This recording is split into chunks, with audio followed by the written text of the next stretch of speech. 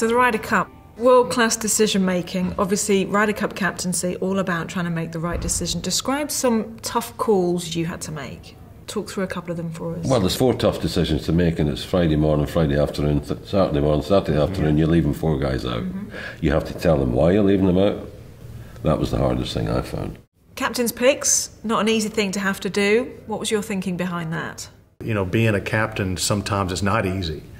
And the tough decisions are tough. To tell 2 or 3 players that thought they might have a chance to make the team, I'm sorry, bud, but you're not going to be on this team, was not easy.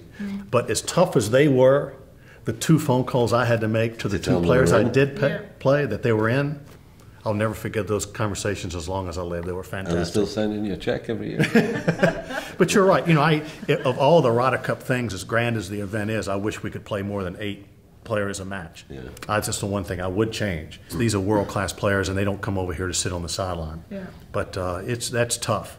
What are you thinking? Can you talk through the thought process as to what came into your Well, mind? First of all, you look at the 9 that have qualified. Yeah.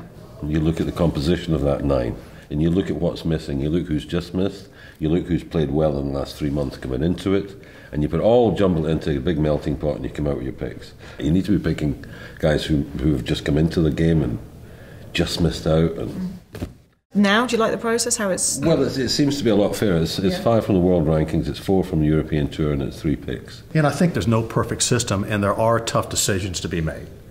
And it's not easy to tell somebody, you know, you might be ranked 15th in the world, but I'm sorry, you're not going to make this team. And but you do current form, what they bring to the team. I picked a fella simply because of his ability to play foursomes. And he played well. Scott for playing. And he played just that.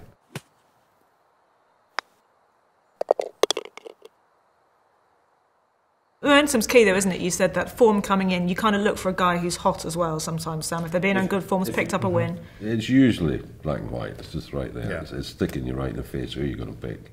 Pairings-wise then, as you say, the key decisions for the foursomes, 4 balls. How much did you look at the stats, the performances, as opposed to the personalities and the different chemistry involved with the players? How did you kind of balance your team? You know, you can go as deep as you want.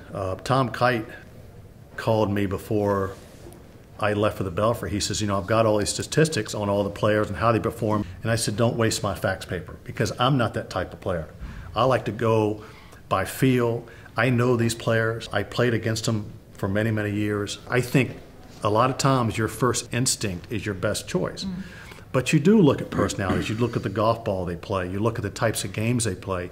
And then you have to look at the format in which they're playing. Sam played by his ability and his instinct for many, many years on the European Tour. Why not use that ability and instinct to captain as well? Thursday night, I put a pairing in for Friday morning, opening matches. Had not played a practice round together. They had not played together. It was Garcia and Westwood. Yeah. And it just came to me that these 2 are actually going to be perfect. It turned out they won 3.5 out of 4. They were key players to me. And it just looked like it could gel, and it did. How important is that chemistry, especially in the foursomes? That's imperative. I thought Hal Sutton got castigated for putting Woods and Mickelson together. Now, to me, that's a dream team. They're number 1 and 2 in the world. Yeah. Those 2 were the 2 at fault. It was nothing to do with Hal Sutton. I don't know if they didn't like each other. They used to play Arnold and Jack together every match. It's the same difference. Yeah. I thought about it for about 30 seconds. Because why not have an unbeatable team? But what I couldn't do is upset the dynamics of my team. And if I put them together, I didn't have a real mesh of 3 of the players. I wanted to put Phil with somebody, and I wanted to put Tiger with somebody. And the other thing that I couldn't allow, if I did put them together, I could not have them lose. I could not have them lose. It would depress us. It would motivate them. And that's what happened to Hal Sutton's team.